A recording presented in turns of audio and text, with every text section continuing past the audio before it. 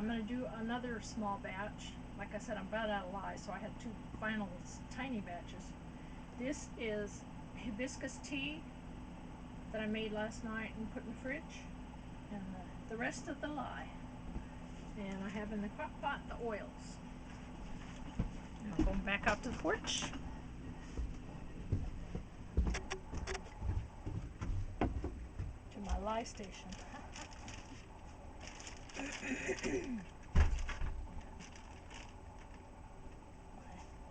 My last couple of ounces.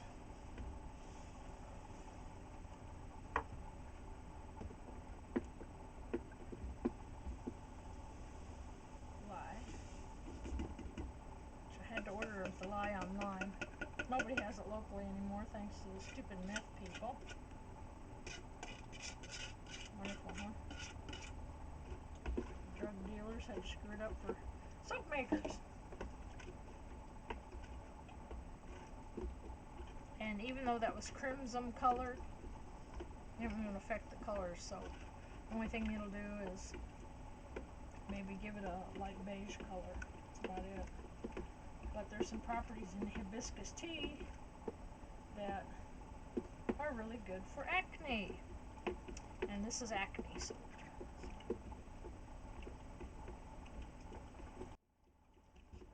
As soon as I have the lye stirred up, as you can see, because we're doing it hot,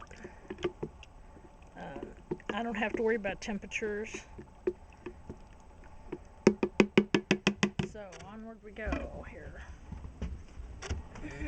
Which, that was iced, well, cold hibiscus tea. And I just want you to see, it's 150 degrees. Can you see that? Well, 148, 150. Just so you know, this stuff is hot.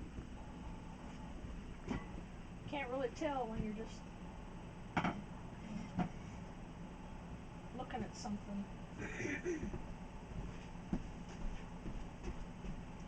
Turn so I can show you. I'm gonna do it straight in the crock pot.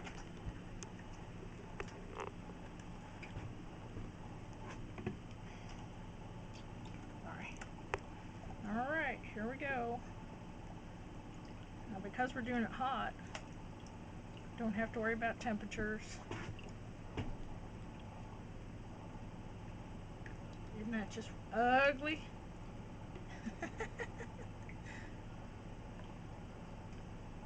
Don't smell bad though. Now this one has coconut oil, olive oil, and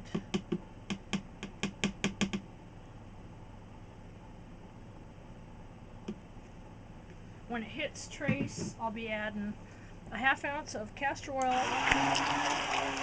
and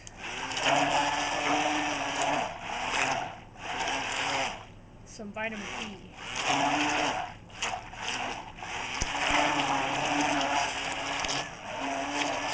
Now the essential oils that I have planned for this are bay rum, amarice, and tea tree oil, which it only requires 6 drops of each, so it's not a big deal.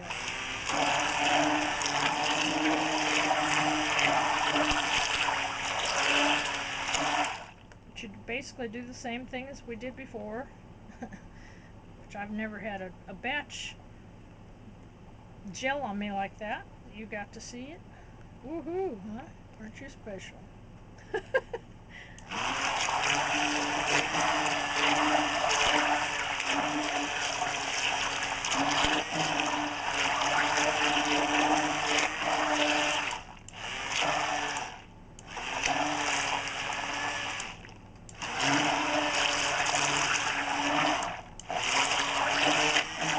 And I have the crock pot on low.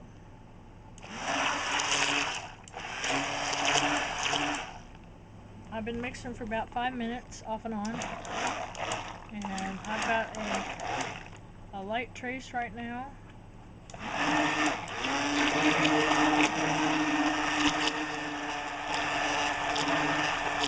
The easiest way you can tell on trace is you get this coating on. See there? Can you see that? Just kind of coats it. And you're wondering probably, why does trace matter if you're doing it hot?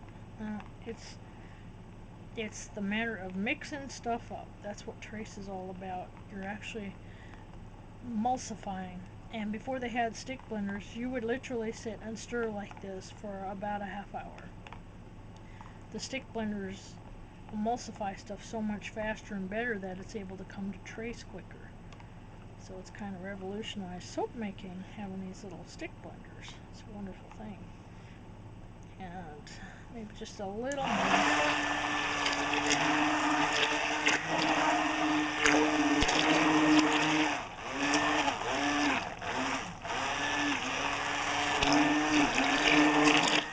You can probably see that it's kind of starting to get like a pudding consistency. And I'm going to add some kaolin, Kaolin powder. Maybe. You open that one. I'm going to add about maybe a tablespoon, approximately, of that. And just give it a light mix.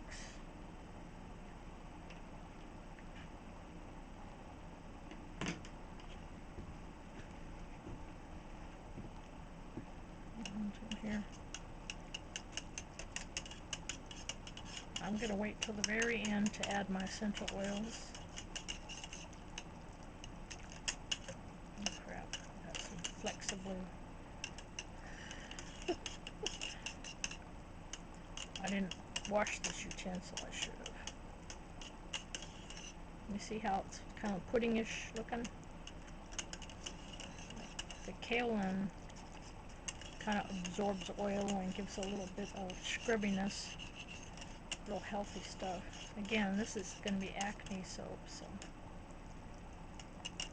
And that's it. That's all you do. You put your lid on and let it cook. This has been cooking maybe 5-10 minutes. You can see how it's starting to turn up on the edge. And you can just leave it or you can stir it. Everybody's a little different in that regard. I have watched it both ways, and personally I think stirring it makes a prettier soap. And yes, we're cooking it. That's it. We'll let it cook some more.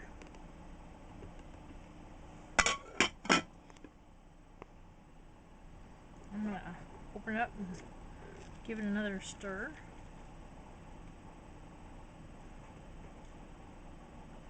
I just check it periodically and see how it's doing.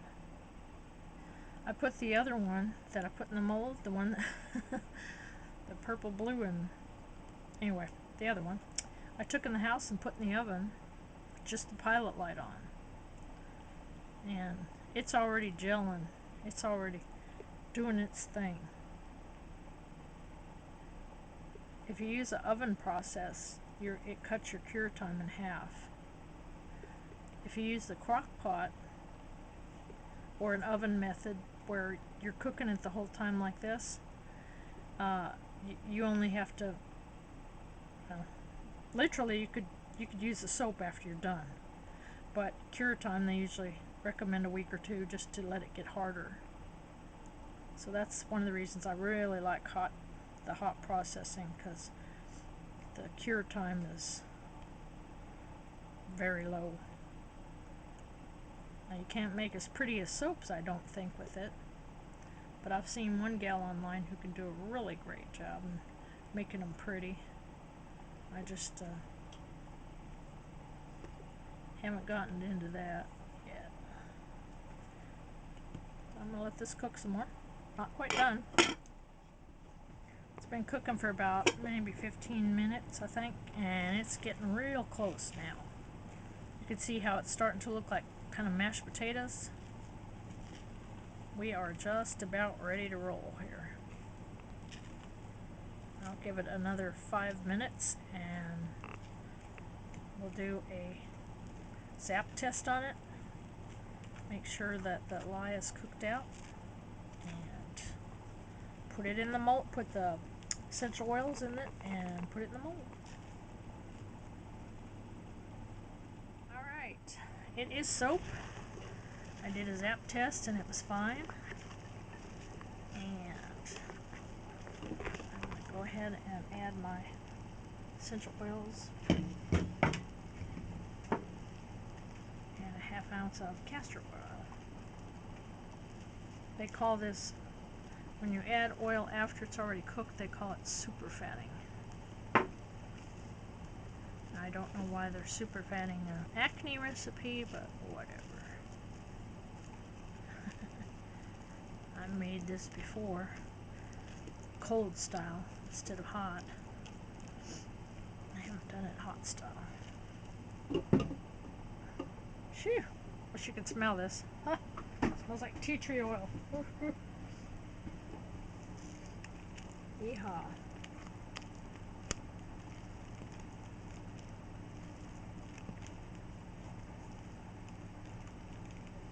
And into the mold.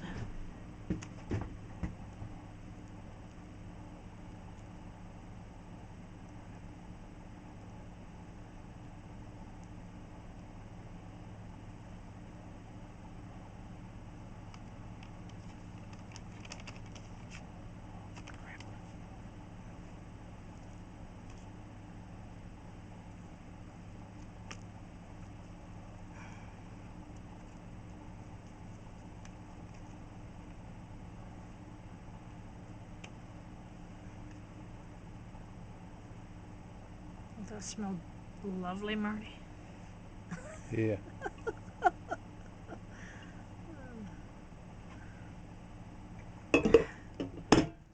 Trust me, you guys. It smells like acne soap. It smells like a tea tree.